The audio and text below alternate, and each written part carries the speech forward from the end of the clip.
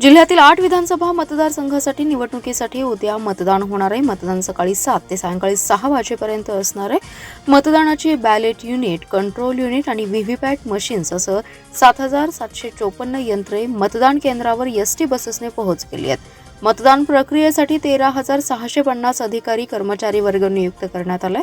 सर्व कर्मचारी नियुक्त केलेल्या गावातील मतदान केंद्रांवर सायंकाळी पोहोचले असून प्रत्यक्ष मतदानाची लगबग सुरू झाली आहे। जिल्ह्यातील 8 विधानसभा मतदारसंघातील प्रत्येकी एका मतदान केंद्रावर एक बॅलेट युनिट, एक कंट्रोल युनिट आणि एक व्हीव्हीपॅट देण्यात आले। एकूण 2,482 मतदान केंद्रांसाठी 2,790 बॅलेट युनिट्स, 2,482 कंट्रोल युनिट्स आणि 2,482 व्हीव्हीपॅटचं वितरण करण्यात आले। त्याचबरोबर 549 बॅलेट युनिट्स, 482 कंट्रोल युनिट्स आणि 706 व्हीव्हीपॅट राखीव ठेवण्यात आले।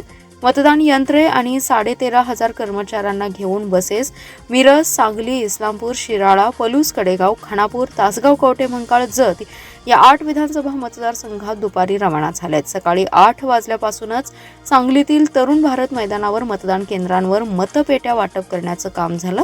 मतपेट्या गावोगावी पोहोच करण्यासाठी एसटी बसेसची मदत घेण्यात आली। प्रत्येक मतदान केंद्राच्या मतदान अधिकारी यांच्या हातात मतपेट्या, बॅलेट युनिट आणि आवश्यक ते साहित्य देण्यात आले। पोलीस बंदोबस्तात हे साहित्य मतदान केंद्रांवर पोहोच करण्यात आले।